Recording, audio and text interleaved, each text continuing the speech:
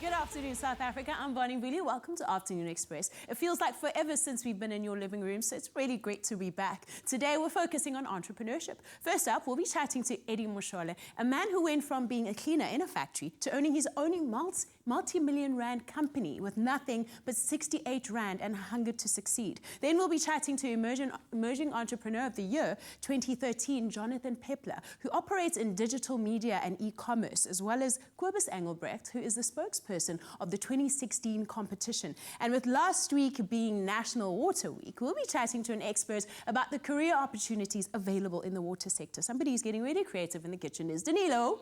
Yes, good afternoon, South Africa. Welcome to Afternoon Express. I'm Danilo Acquista. So we've got another form of an entrepreneur in our studio today. She owns a blog which has a really cool website. It's called bitsofcarey.co. Her name is Carey Erasmus and she's our guest chef for today. Bits of Carey, the blog itself, what exactly did you put on there? Mostly recipes, and then I use it as a platform to collaborate with various brands and to showcase my food styling and recipe development skills. Well, today we're making something delicious and it sounds so amazing, so I'm going to let you do all the honors. Ooh, okay, so to make use of the last bit of nectarine season we have, we're going to bake some beautiful ripe nectarines, and it's going to be baked in a bit of lemon juice, ginger, and we're going to finish it off with some honey and thyme and with some Greek-style yogurt. So it's kind of like a breakfast or dessert, you know? Or any time of the day, just anything full of nibble. It sounds so delicious. I can't wait to make this on the show today. Awesome. We're also going to be showing you how to get the pip out of those nectarines. I know I did that thing where the little strands come out of the pips. We'll show you a specific trick how you guys can get that pip out of there ASAP. You can also go to our website, afternoonexpress.co.za. There you'll find the recipe and the shopping list available for you. Simple, easy, courtesy right here of Afternoon Express. Myself and Kay will get cooking a little bit later on. Let's go meet our first guest. Great. Thank you, Danilo. Frustrated with the quality of his cleaning products at the job he was at in a factory in Cape Town, and armed with nothing but a broomstick and 58 rand, Edward Moshole started his own business selling detergents. Little did he know that at the time, that in a few short years, he would be the owner of a multi-million rand business, manufacturing his own products and distributing them to the biggest retailers in the country. Joining us on the couch is the man himself, Mr. Edward Moshole. Welcome to The Loft, dude. Thank you very much. Yeah, it's such an inspiring story. I don't even know where to start. So tell us about your childhood prior to finding yourself working in a factory as a cleaner. Yeah, it all begins long time when I was a child and I was born in Limpopo, the place called Gagapane. It's near Zanin. So I grew up there, but you know, life actually threw me here in Cape Town on my teens, and then I was actually studying here at Cape Town. But due to the lack of financial resources, I had to go out look for some job so that I can be able to fund my education. And then I was actually staying right here at Acacia Park. And then the closest place that I could find a job, it was in Montague Gardens. Right. That was at Enterprise Foods. And the only job that I got there, it was to clean in the factory where they make Polonese and the Viennas. And that's how it all begins. But working with some detergents in the factory opened up a different doors for me, because I knew that I was not born to be a cleaner. I wanted to be something. Yeah. I wanted to do something out of my life. And then with the wage that I got, especially when the factory closed down in Cape Town, moved to Johannesburg in Germiston, I took the 68 rand out of the 384 rand that I was getting as a wage. That's how I started my business. Wow. What were the first products that you bought to sell? I bought about 3 products. It was all-purpose, the dishwashing liquid and the bleach. Did you buy them from a factory? I bought them from the factory. Okay. Yes, and I began to sell to my colleagues at work. But, you know, I knew exactly what I wanted, you know, out of my life. Yeah. I mean, starting a business is essentially about meeting a need in your environment. And you say that a lot of your co-workers didn't even have time to go shopping after work. Yes. And you realize that you could sell products to them. Correct, but you know, the way things turned out, I started on that part of the door-to-door and looking for the 5 liters and the 1 liters, but you know, when I break through the national retailers, I find myself in a different position altogether. Yes. I mean, one of the things that's very common amongst entrepreneurs is that they're risk takers and they believe that they can control their own destiny. They don't wait for stuff to come to them or to happen. But what is it about your life that had prepared you for this moment? Who taught you those kind of values? You see, my childhood, it was quite a little bit sad. You know, at the age of 6, I lost my mom, and at the age of 16, I lost my dad. So from that point, you know, everything, actually, I was in charge of everything. Sure. So you can hardly understand that, you know, it was quite difficult, but I'm grateful for that because I had to develop a greater level of discipline, self-discipline, which is key, that actually helped me to be able to achieve what I have achieved. Who was your target market at the beginning? And I can imagine your target market grew as your business grew. And how did you adapt to those changes? You see, when you start a business with 68 Rand, you really have very, very limited things. Cash resources, you can't do your market research. So everybody who was willing to buy was my target, you know. And then when I actually developed to the retail brand, you know, I was selling to every Indian man or anything, you see. But I knew that that's not the space I want to play. I knew that I want to play in a more formal market. I want to deal with the likes of your Pick and Pay, and I'm glad for Suzanne Ackerman who gave me the chance to be able to supply the entire group, you know. Wow. That's very, very important. Yeah. How did that connection happen with the Ackermans? I think with Pick and Pay, it was one of those deals that came through persistence and hard work. Yes, you said it took 7 years to sign that deal? Yes, you know, it's not a simple thing. It requires lots of efforts, you know, because you go there without understanding few things and you have to learn by yourself.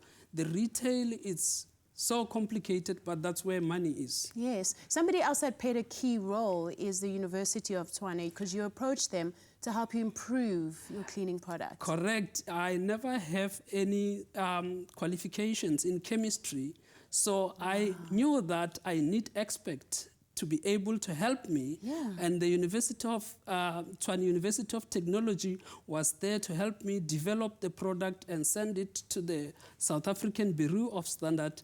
And then that's where we got a qualified product. That's why you find the product at Pick and Pay. Wow, that is absolutely incredible. But we're not done yet. We have so many more questions for you, Edward. I'm willing to answer all. Awesome. After the break, it's a sugar rush in the kitchen as we make baked nectarines with ginger, honey, and thyme. And we're back on the couch with more from Edward Moshole. Don't go away. Five Roses blends only the top 2 leaves of the finest Ceylon teas. Because nobody makes better tea than you and Five Roses.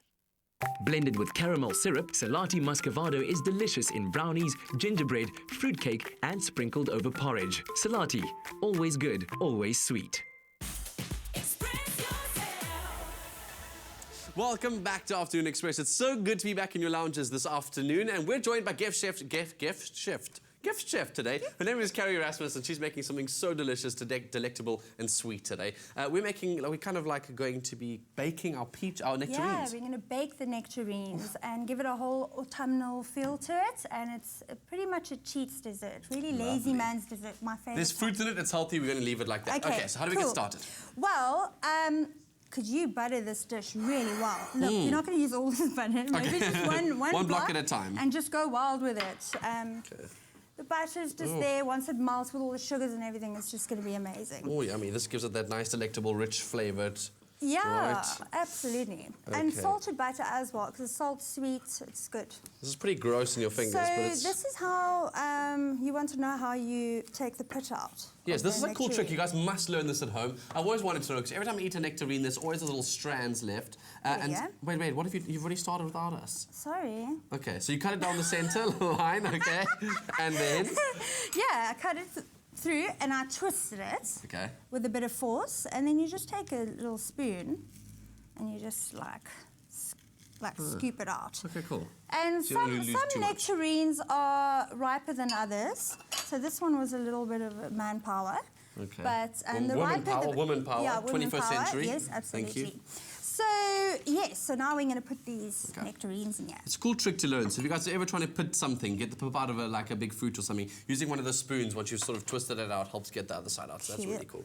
Thanks for teaching You me want to that. squeeze some lemon Oh, off. that I can do. Squeeze all over so you get it all Oh, in it's there. all over me and the table.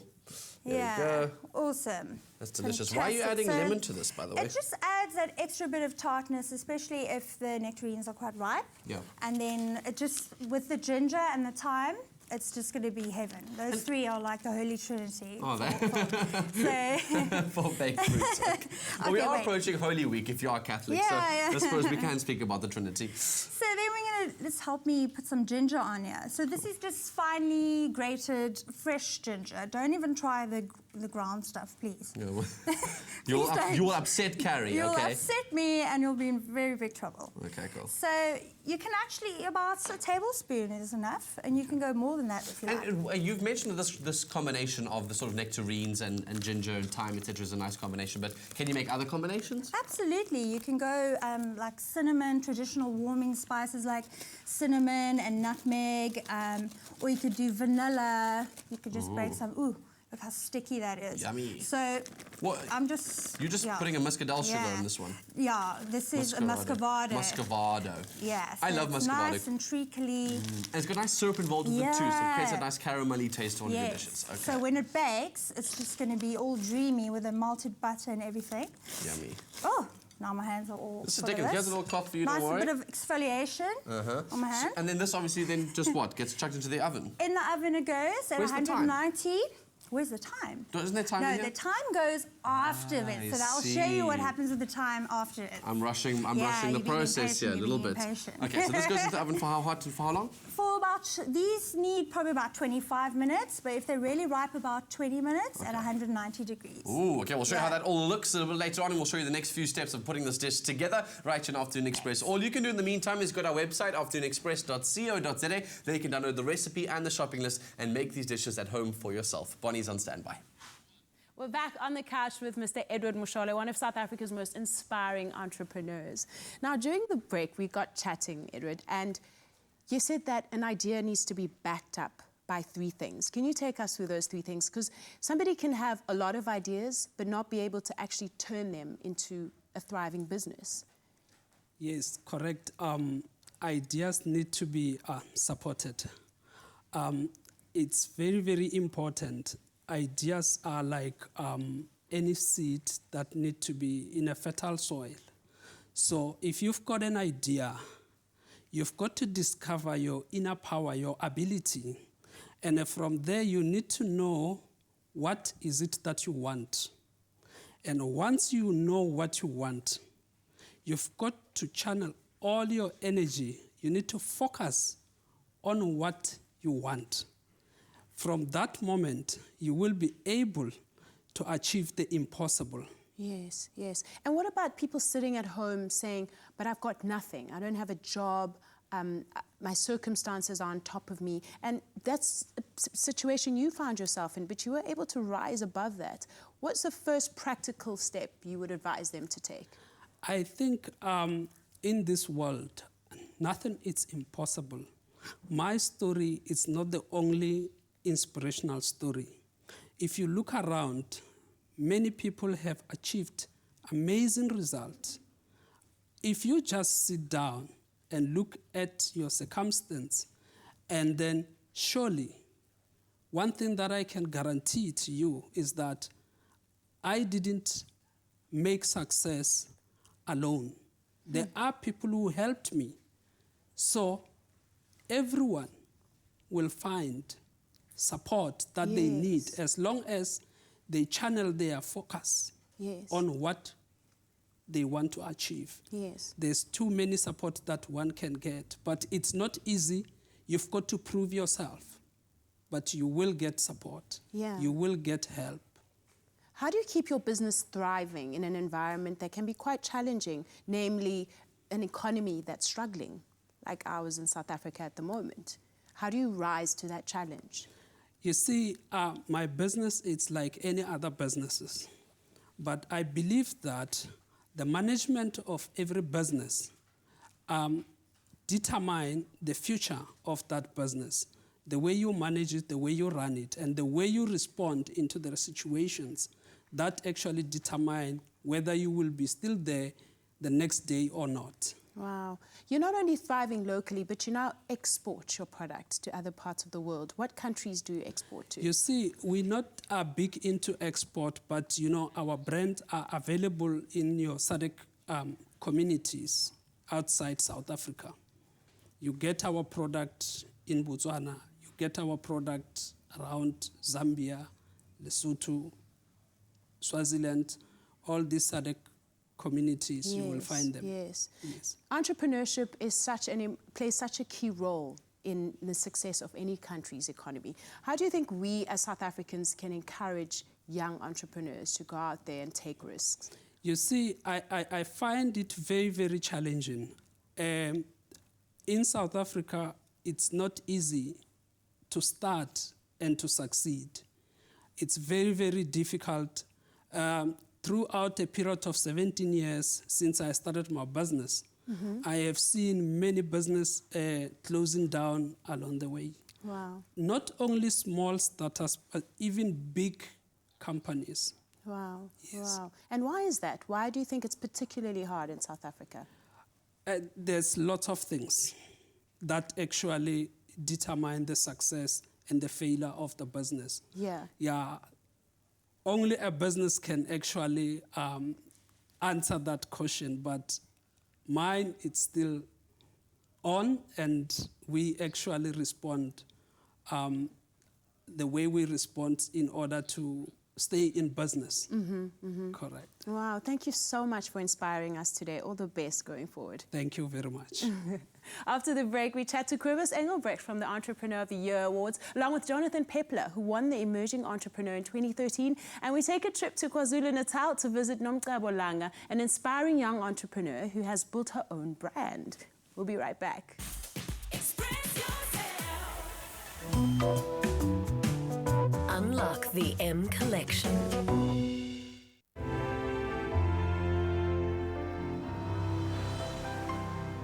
Fresh Pack. Goodness comes naturally.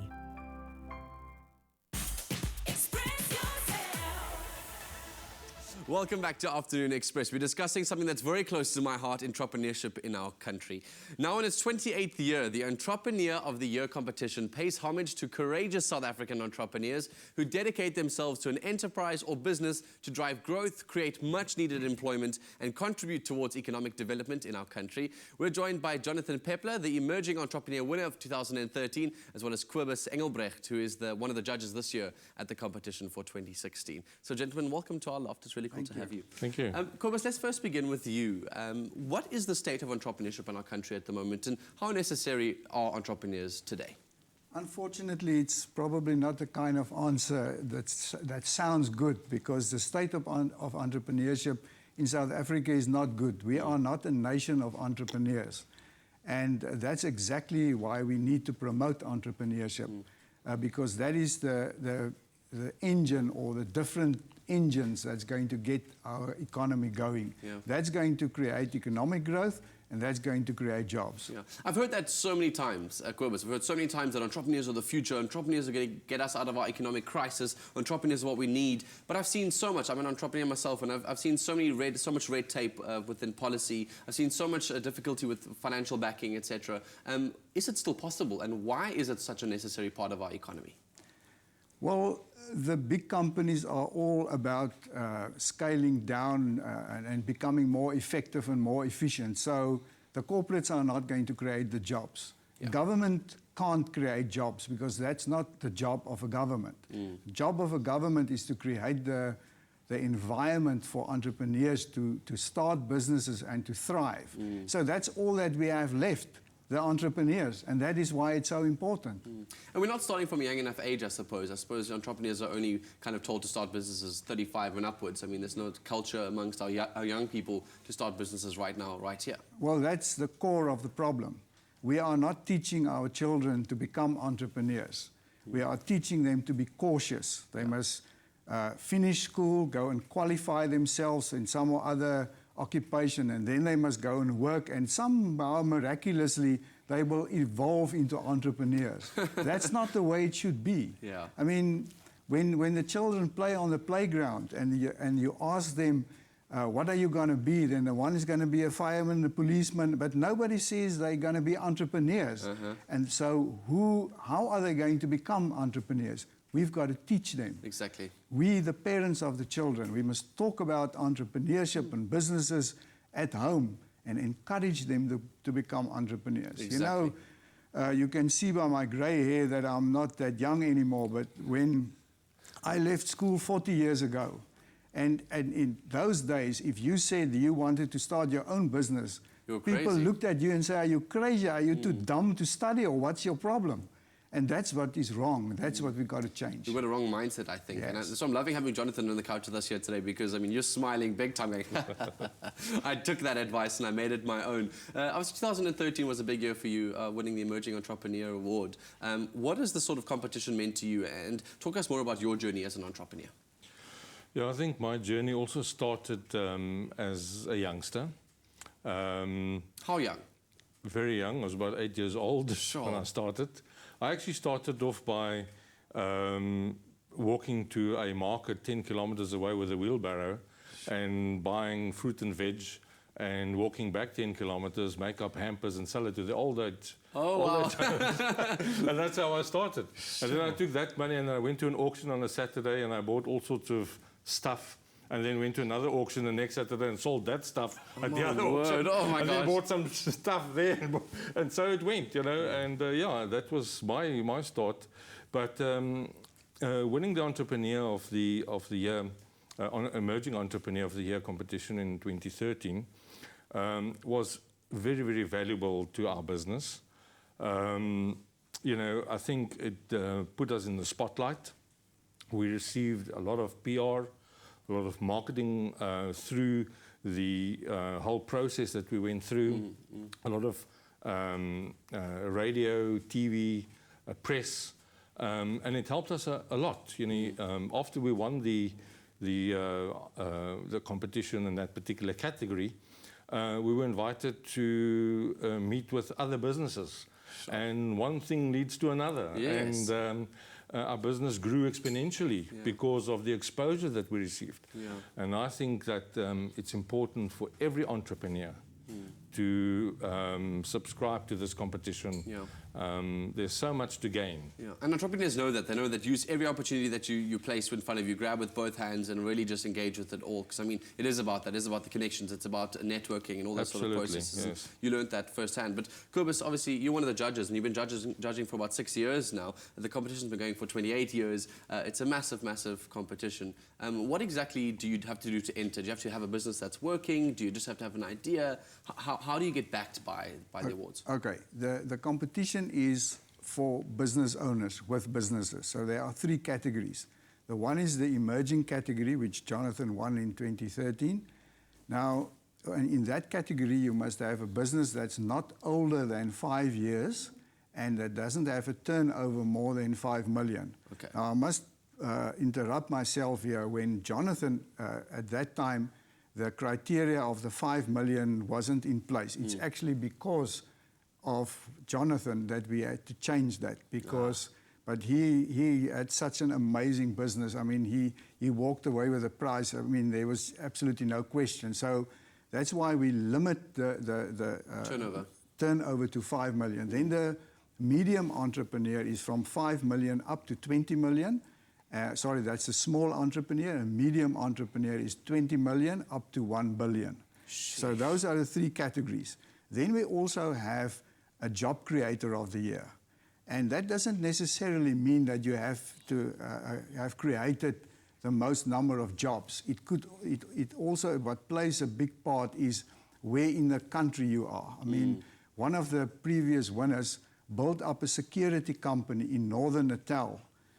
He started off with 12 security guards, and when he entered the competition, he had 1,200 security guards employed by a company in northern Natal.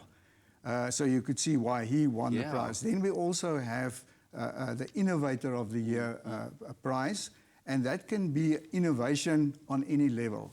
It could be a new rocket that you designed, or it could be just being innovative in your particular industry, and you turn the industry on its head.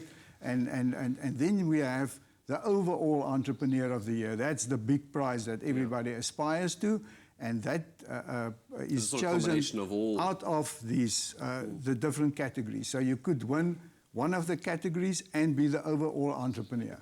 Sure, that is so fascinating. I mean, guys, there's so much to get through in this topic, and what I find quite interesting is that you've got really big entrepreneurs as well as brand new businesses that have just gotten started, and I think this is going to be the next step for a lot of our young people who are watching right now. They might want to start a business for now. This is what they can look forward to achieving in the future. So, James, thanks for inspiring us here today and sharing this information.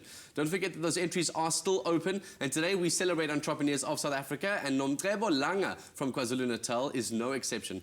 Through sheer determination and hard work, she has built a brand from absolutely nothing, while still finding time for youth and economic development in her community. We caught up with her in her hometown of Mamasdale. Enjoy.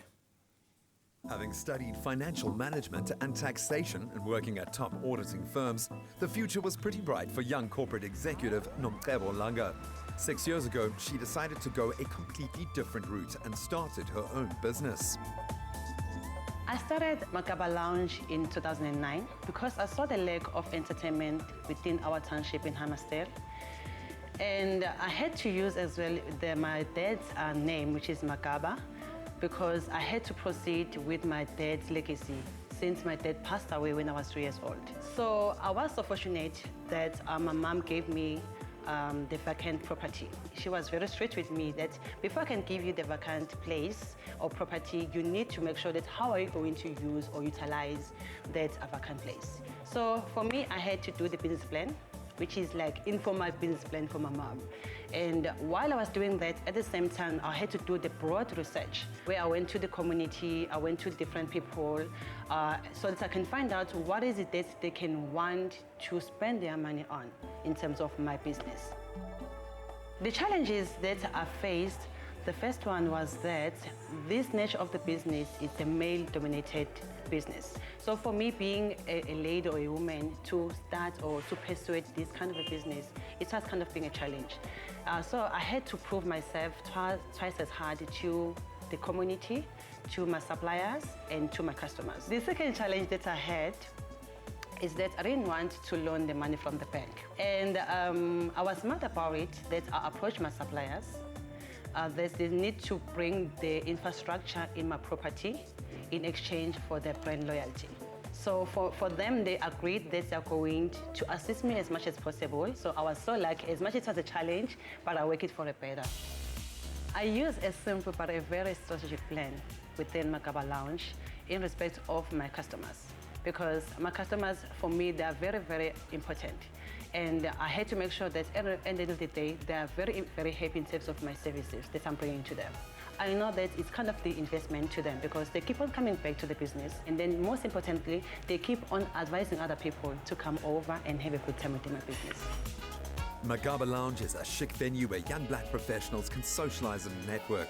Nomcebo also hosts comedy and fashion shows, whiskey and wine tastings, and performances by top local DJs like Black Coffee. She runs a handful of smaller businesses stemming from Makaba Lounge, but most importantly, Nomcebo uses her success to give back to the community. I'm also the chairperson for the non-profit organization, which is called Makaba Cares Foundation. That's the NPO within the family. So what we do, as well as our main focus, we do the career development and guidance within the schools. We find that there's a need in the schools in respect of the career guidance, because you find most of the kids within the schools, they don't know what to do after they finish the matric or the post-school.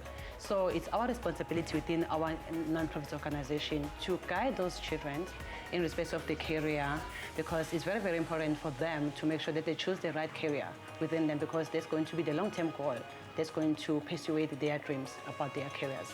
And secondly, with the sports and recreation, we are trying by all means to take the kids away from the street, to make sure that we keep them busy during the school holidays, making sure that we're having like the games that we have like from soccer as well as from netball. So we keep them very, very active during school holidays. So those are our two main objectives within our NPO, that we focus on those children within our community. Family is everything for Nomcebo, and it's her mother's belief in her that helped her build the foundation for her success. Business is very much a family affair, as Nomcebo works with some of her siblings, and their mother couldn't be more proud. I really get a huge support from my family, especially from my mom and my siblings, my sisters and my brothers within the business, because they normally interact so much within the business.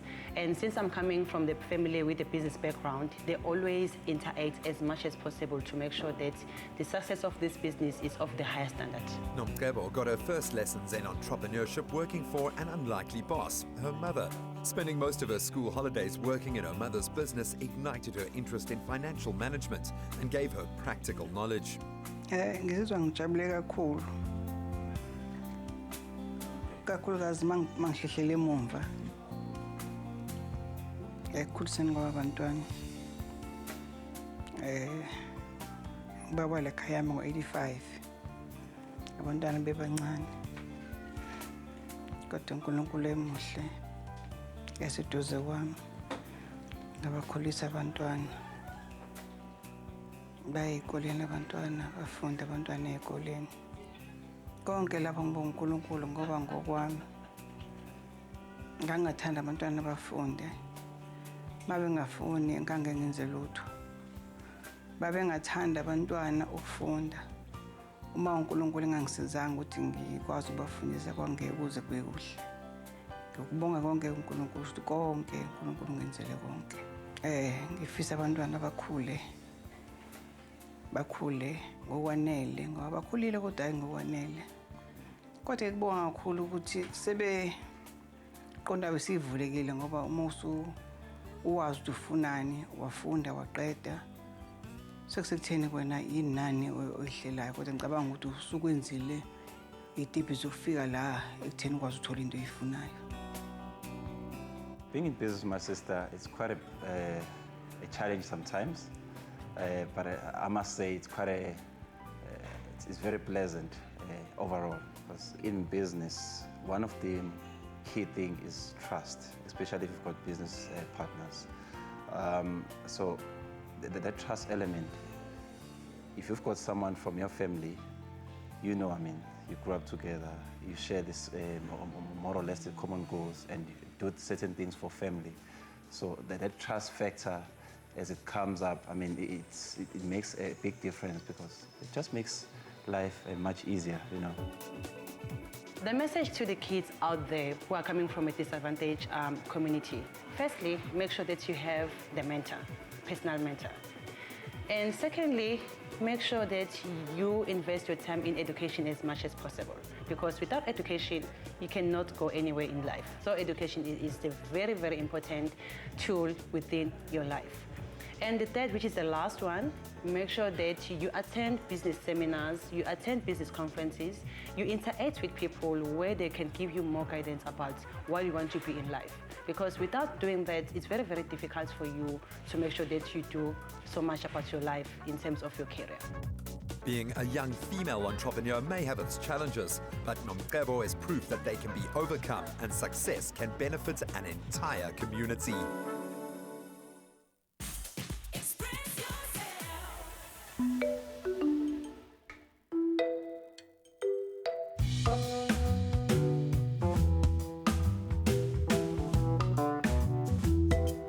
Your next Magnum could be the one. Find a key with a unique code and stand a chance to win a shopping spree worth 100,000 Rand, plus designer fashion accessories by Gert-Johan Coetzee. Unlock the M Collection.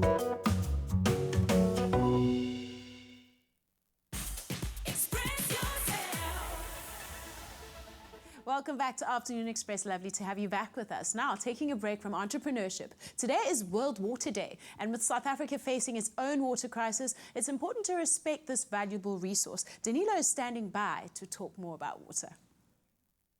National Water Week took place from the 14th till the 22nd of March and is a yearly awareness campaign started by government to emphasize the importance of preserving the precious and scarce resource of water. This year, the Water Institute of South Africa aims to highlight the many career opportunities in the water sector available to young people. We're joined by water specialist Dave Crombie from the GIB Engineering to learn more about the specific and very important topic. So, Dave, it's really cool to have you in the loft with us again, but here to talk about the water cycle specifically. But before we get there, Water Week, what is it and why is it important to us? Every year, South Africa celebrates Water Week to emphasize the importance to all citizens in South Africa and also to highlight the opportunities that people have to find employment in the water sector. And it's such an important time of our lives at the moment, specifically this year, to be talking about this, right? Yeah, absolutely.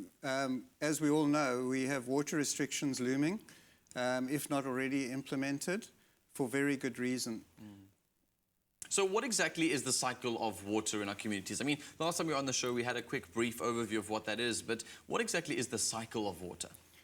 Well, the cycle is really important, especially now when it's getting disrupted.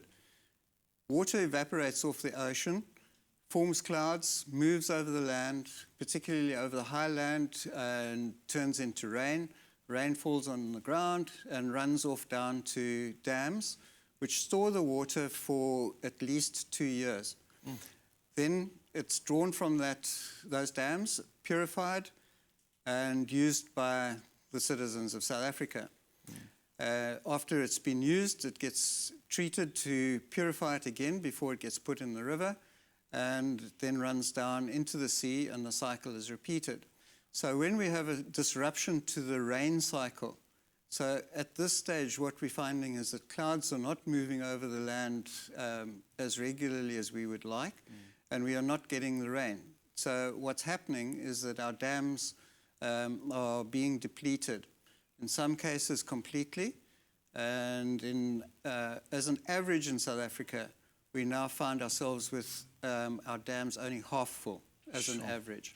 Wow. So the industry is actually really big in terms of what it can do and what contributes to it. And there's a lot of natural factors involved. But if you have a very keen entrepreneurial eye, you'll notice a lot of different elements to that water cycle that people can get involved in. So let's actually talk about the opportunities for young people to get involved in the sector. Well, the wonderful thing about the water is that it affords so many different opportunities and levels of skill. So ranging from really practical people who like to get their hands wet and dirty. Good use of pun there. Yeah, all the way through to office work where I'm a consulting engineer, so I do design work. And then, of course, you have those people who operate the infrastructure which we build. So people are required to look after pumps and be process controllers, look after these treatment processes. Some of them are chemical, some of them are biological. And you can already see from that there are many different attributes which can appeal to a wide variety of skills that people would have. Even environmentalists might want to get involved in conservation and trying to make sure that companies are complying to a whole bunch of conservation laws that are going on internationally, which is also very, very exciting to see. I take it you're not completely a thirsty man and would finish 4 glasses of water, so I'm intrigued to know what it is that you have in front of you here. Well, I just wanted to demonstrate that when we have water that looks the same, it's not necessarily is the same. So what I have here is an indicator called phenol red. Yeah. And if I put a little of that water in here, I will know whether that water has come from the tap or whether it's come through a filter. Again, some kind of filter, those ones you install in your home that have the separate little pump associated with them. That's exactly right. Do those filters also count as those ones that you put in your fridge? Yes, the sort of normal filtered water?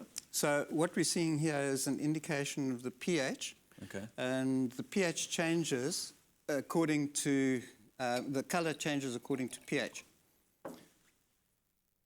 And So- you're obviously not wanting to see the color.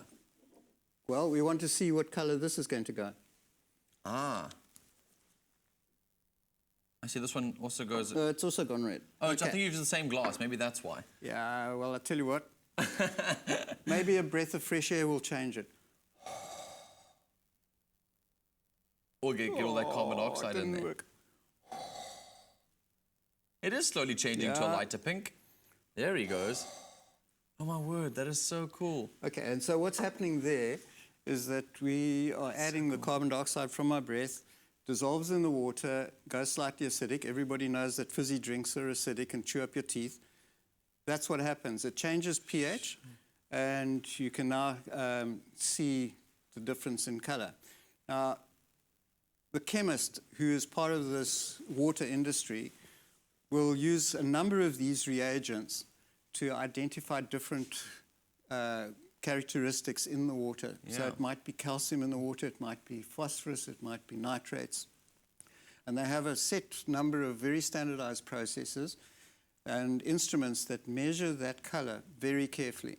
Wow. And it will have a signature, so they transmit light through it, and depending on which wavelengths are absorbed, it will tell them what element it is in that water.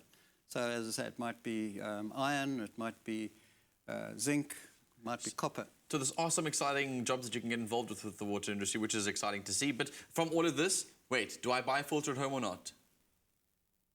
Depending on where you are, you probably don't need to. Okay. So just the fact that my water's going to come out pink when you put a few drops in it doesn't mean that I need to go and buy myself a filter, right? No. Okay, good stuff.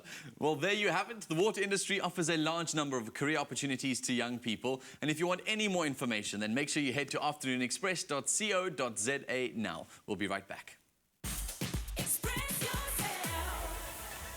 Skip loves your clothes as much as you do.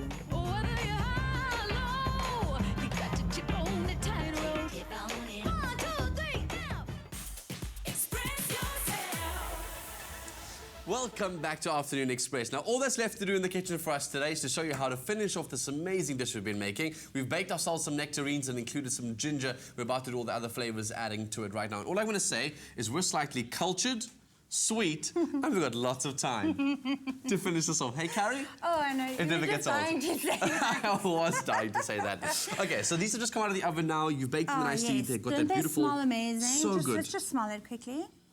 Oh, I just took my almost chin out. But Okay. South Africa, if you want to know what that smells like... It smells good. Yeah, that ginger Buttery, really is coming lemoney, gingery, just amazing. Okay, so you can describe it yourself. So, oh, sorry. No, carry on. How rude am I? Nothing. Carry on with your dish. Just carry on. No. Okay, what's left? Come and help me here. Take a sprig of thyme. And the reason why I add it afterwards, because it has a completely different flavour if you add it fresh. When it's roasted, it just, a lot of flavour gets lost. So the latent heat from the nectarines, it's just going to subtly flavour it with the fresh thyme. Instead of rather roasting it, it's a bit... Smoky. Rude, you know, when it's roasted with Rouge. it. Yeah, rude. It's Rude. rude. I say when something's a bit pungent or overbearing, I say it's rude. That's my term. Okay. I like that. I'm using it on some of my friends from now on. You know who you are. I don't know what to say to that. Nothing. Okay.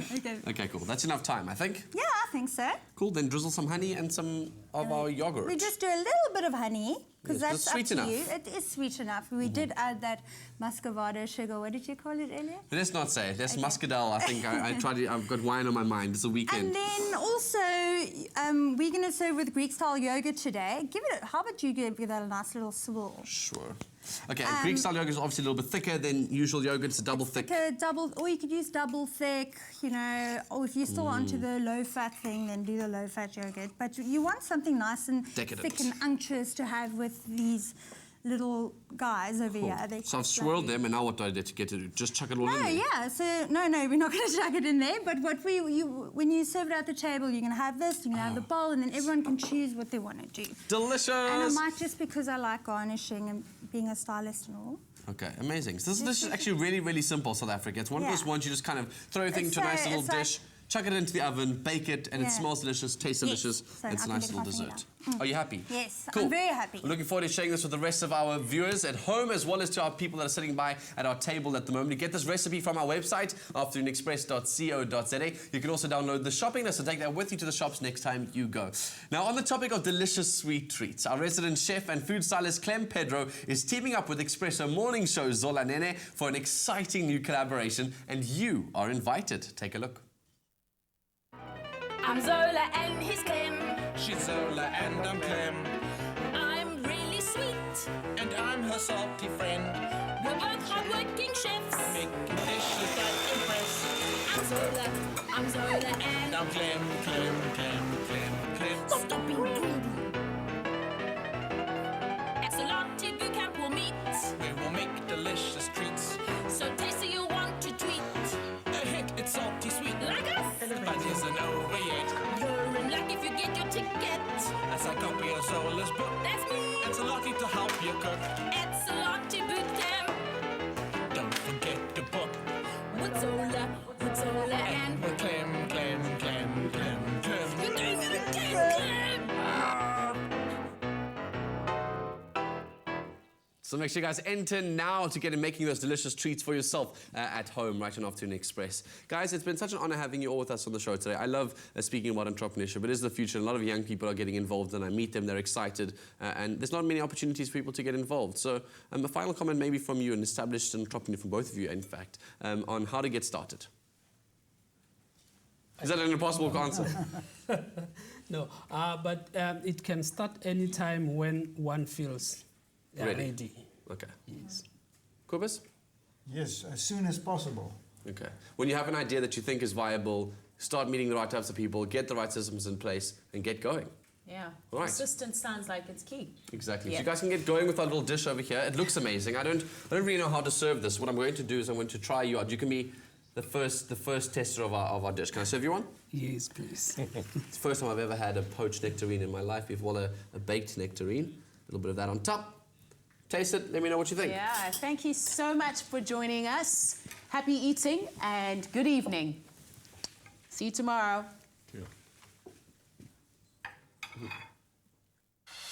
Afternoon Express will be off air on Friday the 25th and Monday the 28th of March due to the cricket, but we will be back on your screens on Tuesday the 29th with 2 exclusive performances from the King of African Rap himself, Questa, along with 3-time 2016 Metro FM award winner, Fifi Cooper. Another feel-good production. Hi YouTubers, thank you so much for watching. Your support means the world to us. Join the Afternoon Express family by subscribing to our channel right here. And we'll keep you up to date with all our recipes and of course our fabulous episodes. Also, feel free to leave a comment and share this video. We do love it when you express yourself.